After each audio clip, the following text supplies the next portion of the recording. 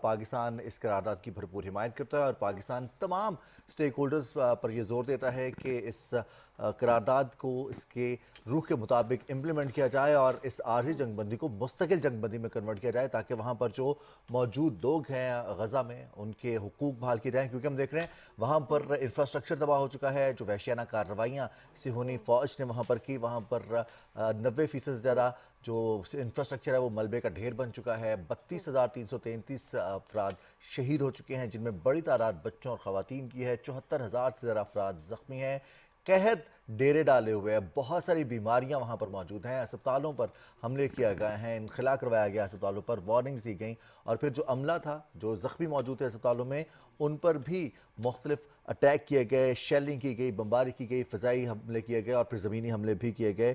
اب دوسری جانب اقوام متحدہ نے ایک قرارداد منظور کی ہے، تو اللہ کرے ہم بھی دعا گو ہیں کہ اس قرارداد پر عمل درآمد ہو اور سب سے پہلے جنگ بندی ہو اور وہاں پر موجود لوگوں کو بنیادی جو امداد ہے وہ مل سکے، جو خوراک ہے وہ مل سکے، جو زخمی ہیں ان کو علاج مل کیونکہ سکے۔ پناہ گزین کیمپس پہ حملہ کیا جا رہا ہے، ہاسپٹلز پہ حملہ کیا جا رہا ہے۔ رضوان، یہ تو کبھی بھی جو ہے وار کا لا رہا ہی نہیں ہے، اس میں بھی آپ جو ہے سیویلینز کو اٹیک نہیں کر سکتے، خواتین اور بچوں پہ، اور خاص طور پہ ہسپتالوں پہ۔ ہسپتالوں کے عبادتگاہوں پہ۔ ساتھ ساتھ ہم یہ بھی دیکھ رہے ہیں کہ جو والنٹیئرز ہیں جو کہ فرسٹ ایڈر پرووائڈ کر رہے ہیں، اور وہ جو فلسطین کے ہیں بھی نہیں، آؤٹ سائڈرز ہیں جو باہر سے آ کے فرسٹ ایڈ پرووائڈ کر رہے ہیں، ان پہ بھی اٹیک کیا جا رہا ہے، اور سب سے پہلے جو ہے میڈیکل فیسلٹی کو جو ہے وہ کٹ اقوام آف کیا متحدہ جا کی رہا ہے۔ ایجنسی اونروا اس کی امداد روک دی گئی اور اس کے جو ورکرز ہیں، والنٹیئرز ہیں، ان پر اٹیک کیا گیا، ایمبولینسز کو نشانہ بنایا گیا، پھر جو فری لانسرز کام کرنا چاہ رہے ہیں، جو ڈاکٹرز وداؤٹ بارڈرز ہیں، پھر رپورٹرز وداؤٹ بارڈرز ہیں، ان کو اپنا کام کرتے ہوئے نشانہ بنایا گیا۔ بہرحال جی اب اللہ کرے کہ اس علاقے میں یہاں پر سیز فائر ہو، جنگ بندی مستقل بنیادوں پر ختم ہو اور جو دو ریاستی حل ہے جس کی حمایت پاکستان بھی کر رہا ہے اور پوری جلد دنیا از کر رہی ہے، اس پر عمل درآمد ہو اور جو بربریت ہے، ظلم و بربریت ہے، اس پر دنیا جو لب کشائی کرتی ہے اس پر اصولی طور پر عمل درآمد بھی ہو۔ اب ہم آگے بڑھیں گے اور کچھ آج کے دن کے حوالے سے بات کریں گے۔ آج کے دن کے حوالے سے رضوان جہاں بات کریں تو ہم دونوں نے تو پرپل پہنا ہوا ہے کیونکہ آج پرپل ڈے ہے، لیکن پرپل ڈے کیوں منایا جاتا ہے اس کے پیچھے ایک پراپر ہسٹری ہے، اور پرپل ڈے منانے کا مقصد ہے کہ آپ مرگی کے حوالے سے جو بھی انفارمیشن ہے وہ حاصل کر سکیں۔ آج مرگی کے حوالے سے انفارمیشن کا عالمی دن منایا جا رہا ہے اور اس دن کو پرپل ڈے بھی کہا جاتا ہے۔ تو ہمارا جو پرپل پہنے نا ایپیلیپسی کہا جاتا ہے اس کو، اور آپ نے دیکھا ہوگا کہ اکراس دا گلوب جو ایپیلیپٹک پیشنٹس ہوتے ہیں ان کے ہاتھ میں ایک بینڈ ہوتا ہے، وہ کیوں ہوتا ہے اس پر ہمارے ساتھ ایکسپرٹ بھی موجود ہوں گے، ہم بات کریں گے۔ لیکن ورلڈ پرپل ڈے کے حوالے سے اور مرگی کے حوالے سے آگاہی کا یہ جو عالمی دن ہے، اس حوالے سے ہمارے پاس ایک رپورٹ ہے، آئیے دیکھتے ہیں۔ دنیا بھر میں ہر سال 26 مارچ کو مرگی کا عالمی دن منایا جاتا ہے۔ اس دن کو پرپل ڈے بھی کہا جاتا ہے جو مرگی کے بارے میں شعور پیدا کرنے کے لیے وقف ہے۔ اس دن لوگ جامنی رنگ کا لباس پہنتے یا لیونڈر ربن کا استعمال کرتے ہیں اور مرگی کے مریضوں سے اظہار یکجہتی کرتے ہیں۔ محتاط اندازے کے مطابق دنیا بھر میں 5 کروڑ کے لگ بھگ انسان اس دماغی عارضے میں مبتلا ہیں۔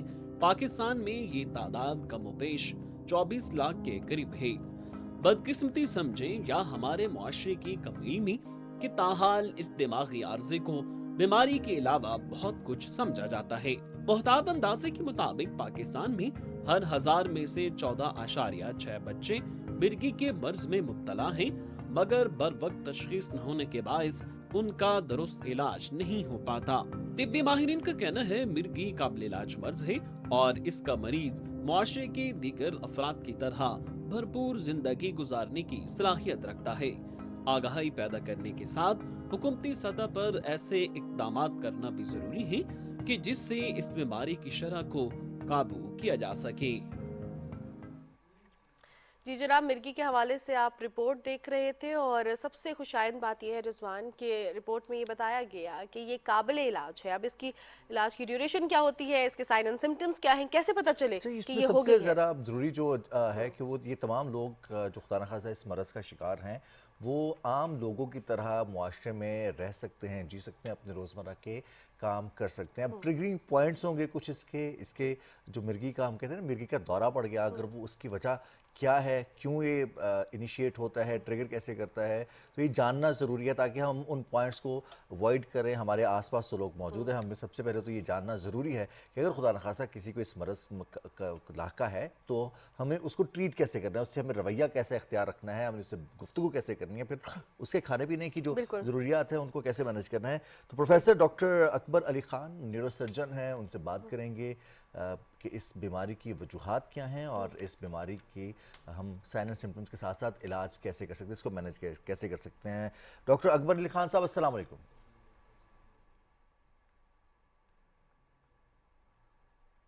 وعلیکم السلام. مانور اور رضوان, بہت شکریہ آپ کا مجھے اس دن پہ بلانے کا. میرا یہ ہے کہ صرف میرا آپ دونوں سے صرف ایک اختلاف ہے, وہ بڑی چھوٹی سی بات پہ ہے, وہ یہ کہ جو غزہ ہر دن ہم اٹھتے ہیں, رمضان بھی چل رہا ہے تو غزہ کی جنگ بندی کا نہیں, میرا صرف یہ ایک وہ کریکشن کرنی تھی کہ غزہ میں نسل کشی جو ہو رہی ہے اس کو رکنا چاہیے, ٹھیک ہے, جو کہ یونائٹڈ نیشن میں ابھی قرارداد ہوئی ہے, اس کو تھوڑا کریکٹ کر کے it's not a fight, it's نسل کشی, it's genocide. Anyway, coming back to epilepsy, آج ہمارا ایپیلیپسی اویئرنیس ڈے ہے جسے ہم پرپل ڈے کہتے ہیں. اور پرپل ڈے یہ ہم مناتے ہیں روٹینلی. یہ سارے دن جو ہوتے ہیں, جیسے انٹرنیشنل ایپیلیپسی ڈے ہے جو کہ فروری میں منایا جاتا ہے, یہ ایپیلیپسی اویئرنیس ڈے ہے ابھی منا رہے ہیں ہم. ان سب کے مقاصد یہی ہیں کہ ہم عوام کو یہ آگاہ کر سکیں کہ دیکھیں ایپیلیپسی یا مرگی ایک ایسی بیماری ہے جس کا علاج موجود ہے ہمارے پاس, ٹھیک ہے. لیکن میں آپ کو اس کا پہلے تو ایک بیک گراؤنڈ بتاتا ہوں. ہمارے ایک ترقی, ہمارا جو ملک ہے فار ایگزامپل, اس میں تقریباً آپ کہہ لیں کہ ہر 10 لوگوں کو تقریباً 10,000 میں سے 10 لوگوں کو ایپیلیپسی ہے, ٹھیک ہے. یہ بہت بڑا برڈن ہے ہمارے ملک میں, کیونکہ ہماری پاپولیشن تو کوئی 25 کروڑ پاپولیشن ہے, تو آپ حساب لگا لیں کتنے لوگوں کو مرگی ہے. اب مرگی کا علاج کیا ہے اور اس کے ہمارے ملک میں جو اس ٹائم پہ ہو رہا ہوتا ہے جس میں کافی مسائل ہیں. مرگی جو ہے وہ زیادہ تر اس ٹائم پہ جو گاؤں یا رورل علاقوں میں اس کا ریشو اور بھی زیادہ ہے. 70% جو بیمار ہیں مرگی کے وہ ہوتے ہیں گاؤں میں یا کسی رورل علاقے میں, ٹھیک ہے, اور 30% جو ہیں وہ آتے ہیں شہروں میں اس علاقے میں. یہ بہت بڑی اسٹڈی کی گئی تھی, ہمارے بہت سینئر ایک نیورولوجسٹ اسماعیل خطری صاحب, انہوں نے اس کی اسٹڈی کی تھی. یہ کافی پرانی بات ہے. لیکن اب یہ ہو رہا ہے کہ اس کی جو ٹریٹمنٹ ہے, اس کے ہمارے سوشل اور کلچرل ٹیبوز بھی بہت زیادہ ہیں. مطلب اس کو بڑا عجیب سے سمجھا جاتا ہے جیسے کہ جنات آ گئے ہیں, کیا ہو گیا ہے. لیکن ان سب چیز کو ہمیں سٹارٹ سے ہی مطلب سمجھ لینا چاہیے کہ یار ایک پیشنٹ کو اگر ایک دورہ آتا ہے, جو کہ ہم کلاسک سب کو پتہ ہے کہ یار مرگی کا دورہ ہے, سب سے کامن جو مرگی کا سمٹم یہی ہے کہ آدمی کو جھٹکے لگنا شروع ہو جاتے ہیں, منہ میں جھاگ آنا شروع ہو جاتی ہے اور وہ گر جاتا ہے. یہ زیادہ تر شروع ہوتے ہیں 10 سال کے بعد عمر کے بچوں کو, ٹھیک ہے. اگر یہ اس طرح کی کوئی سمٹم ہو گیا ہے تو سب سے پہلے تو آپ کو دکھانا چاہیے اس کو ایک ڈاکٹر کو, ٹھیک ہے. سٹارٹ میں ہمارا یہ تھا, یہ سن 2000 کے بعد پوری ایک کیمپین سٹارٹ ہوئی تھی. 2001 میں ایک NGO نے سٹارٹ کی تھی جس کو ایدی صاحب بھی آگے لے کے گئے تھے کہ ہم گراؤنڈ لیول پہ, پرائمری لیول پہ پورے پاکستان میں اس کی اویئرنیس تو پیدا کریں نا. اس سے یہ ہے کہ کافی اویئرنیس اب پیدا ہو گئی ہے اور ان پروگراموں سے اور بھی زیادہ ہو رہی ہے کہ اویئرنیس زیادہ ہو گئی ہے. اچھا, ڈائگنوز اگر ہو گیا ہے ایک مریض کی, اس کو مرگی ہے, تو پھر اس کا علاج کیا ہے؟ اس کا علاج دوائیاں ہیں جو کہ اویلیبل ہیں, ٹھیک ہے. سٹارٹ میں یہ تھا کہ ہمارے پاس نیورو فزیشین جو ہوتے ہیں وہ بہت کم تھے یا تھے ہی نہیں. پھر وہ بعد میں 2-2, 4-4 سال کی ڈگری کر کے اب نیورو فزیشینز کافی زیادہ آنا شروع ہو گئے ہیں, جس سے کہ ہمارے جو کرنٹ اگر یہ دوبارہ اسٹڈی کی جائے تو ابھی اس ٹائم پہ ہمارا level of awareness coffee high ہے, جو کہ میں ریسنٹ اسٹڈی میں بھی دیکھ رہا تھا. وہ میری اپنی ایک دوست نے کی تھی کراچی سے, کہ ابھی لیول آف اویئرنیس بھی زیادہ ہے, لیول آف ٹریٹمنٹ بھی زیادہ ہے, لیکن آف کورس اس لیول تک نہیں پہنچا جو کہ ایک ڈیولپڈ کنٹری کا ہوتا ہے فار ایگزامپل. تو میرے خیال میں اسی طرح ہوتا رہے گا. اب میں آپ کو بتاتا ہوں کہ دیکھیں ایپیلیپسی کی مختلف اقسام ہیں نا, تو زیادہ تر جو ہے وہ دوائیوں سے ٹریٹ ہو جاتی ہیں, اور پھر اس کے بعد جو ہے نا آتی ہے وہ کیٹیگری جو کہ دوائیوں سے ٹریٹ نہیں ہو سکتی.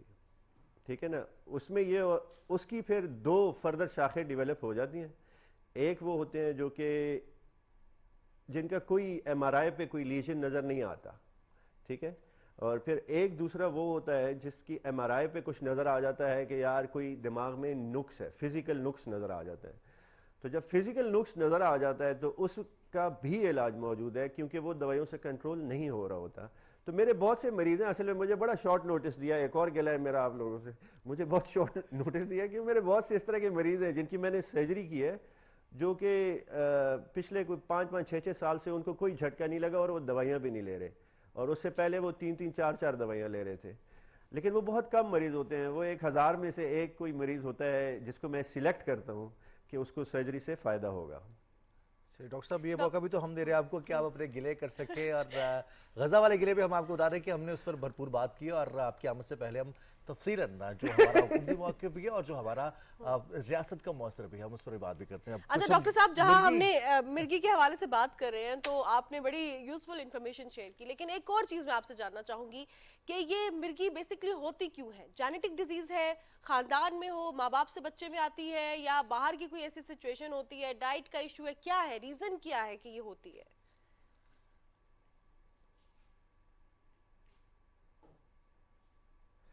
دیکھیں مرغی کا جو پورا اگر ہم اسپیکٹرم چیک کرتے ہیں تو اس میں جینیٹک بہت کم ہے, جینیٹک بھی ہے,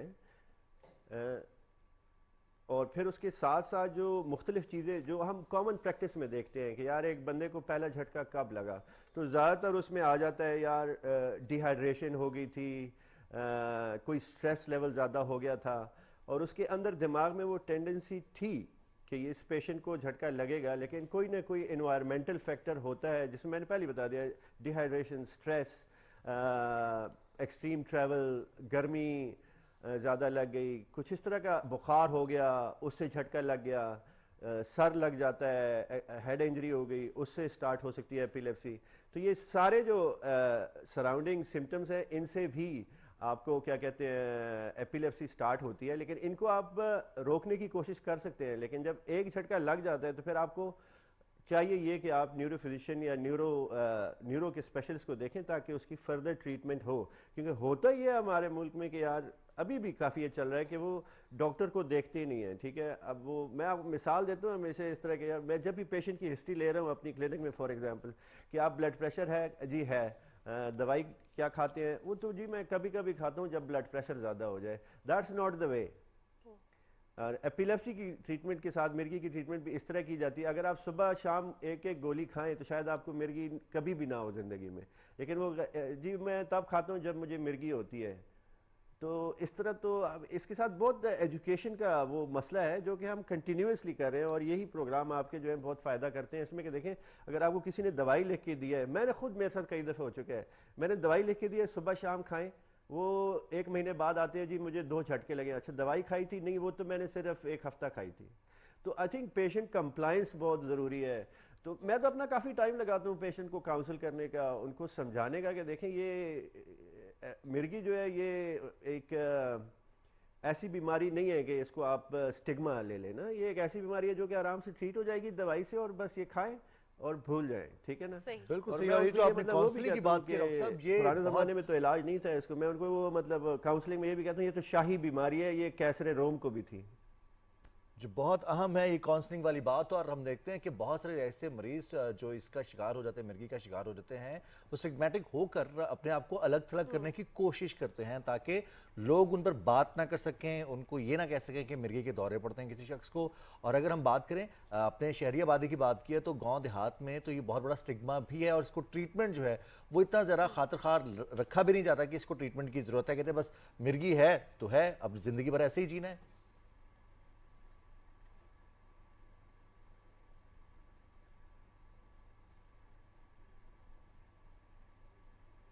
آواز چلی گئی.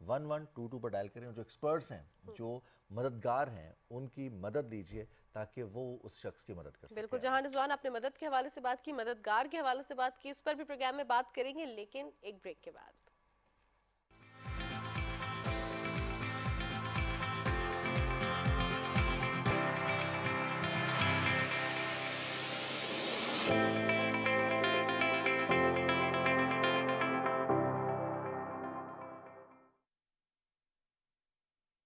دنیا کے انداز بدل گئے, اہم ایشوز کے اوپر ہم لوگ بات ہی نہیں کرتے. کہ دیکھنی ہے کہ اس کے پیچھے ذمہ دار کون ہے.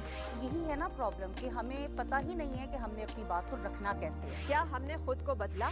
سر فہرست جو تجویز رکھنا چاہتا ہوں وہ ہے نصاب میں تبدیلی. سب سے میجر پرابلم ہم فیس ہی کرتے ہیں جب پیرنٹس آ کے کہتے ہیں کہ موبائل نے ہمارے بچے کی زندگی تباہ کر دی. Paedophilia is the main issue as well these days جو اجاگر ہو رہا ہے. مہذب معاشرے اعلیٰ اخلاقی اقدار کو فروغ دیتے ہیں جس سے ایک مہذب قوم کا وجود سامنے آتا ہے.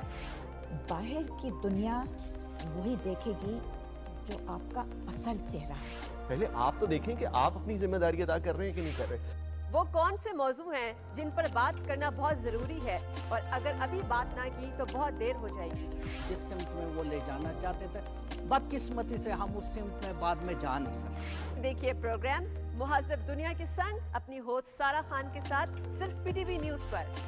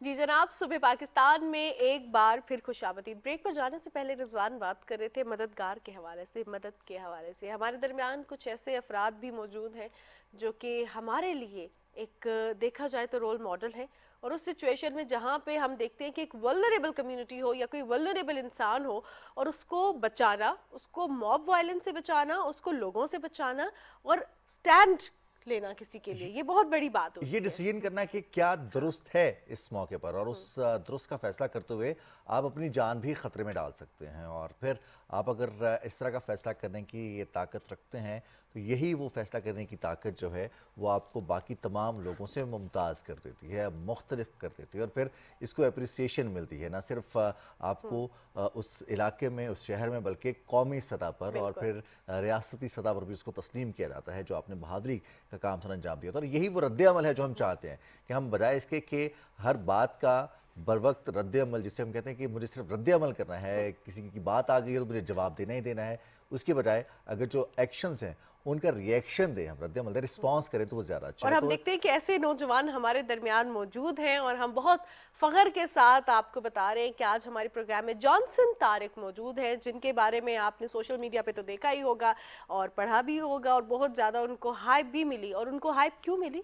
ان کے رد عمل سے. جو ان کا رد عمل تھا کسی بھی حادثے میں, ہم دیکھتے ہیں کہ ایسے افراد جو محفوظ رکھتے ہیں لوگوں کو, جو وائلنس کو پھیلنے سے روکتے ہیں, وہ بہت قیمتی ہوتے ہیں. اور ایسی قیمتی شخصیت جانسن طارق ہمارے درمیان موجود ہے. لاہور میں اچرا بازار میں ایک خاتون کو لباس کی وجہ سے ہراساں کیے جانے پر جو ہے وہ سامنے آئے, اور انہوں نے اس خاتون کو اپنے ہوٹل میں سٹے دیا, ان کو وہاں پہ پناہ دی تاکہ جب تک پولیس نہیں آ جاتی, جب تک جو ریلیونٹ اتھارٹیز نہیں آ جاتی, تب تک یہ خاتون جو ہے میرے پاس سیف رہے. بڑا ضروری ہے کہ آپ کو جو درست سٹیپس ہے وہ کیسے کرنے ہیں آپ نے. اور وہ تمام لوگ جو اچرا بازار جاتے ہیں وہ دیکھتے ہیں کہ اچرا بازار میں جو بہت بڑی بڑی دکانیں بھی ہیں, جو بہت بڑے بڑے کاروبار ہیں, ان کے لیے بھی بہت کم سپیس ہوتی ہے, گزرنے کی سپیس بہت کم ہوتی ہے. تو وہاں پر جانسن طارق جو ڈھابا لگاتے ہیں, جو ان کی وہاں پر دکان ہے, اس میں اس خاتون کو پناہ دینا, اس کو محفوظ رکھنا اور موب کو روکے رکھنا. پھر اس کے ساتھ ساتھ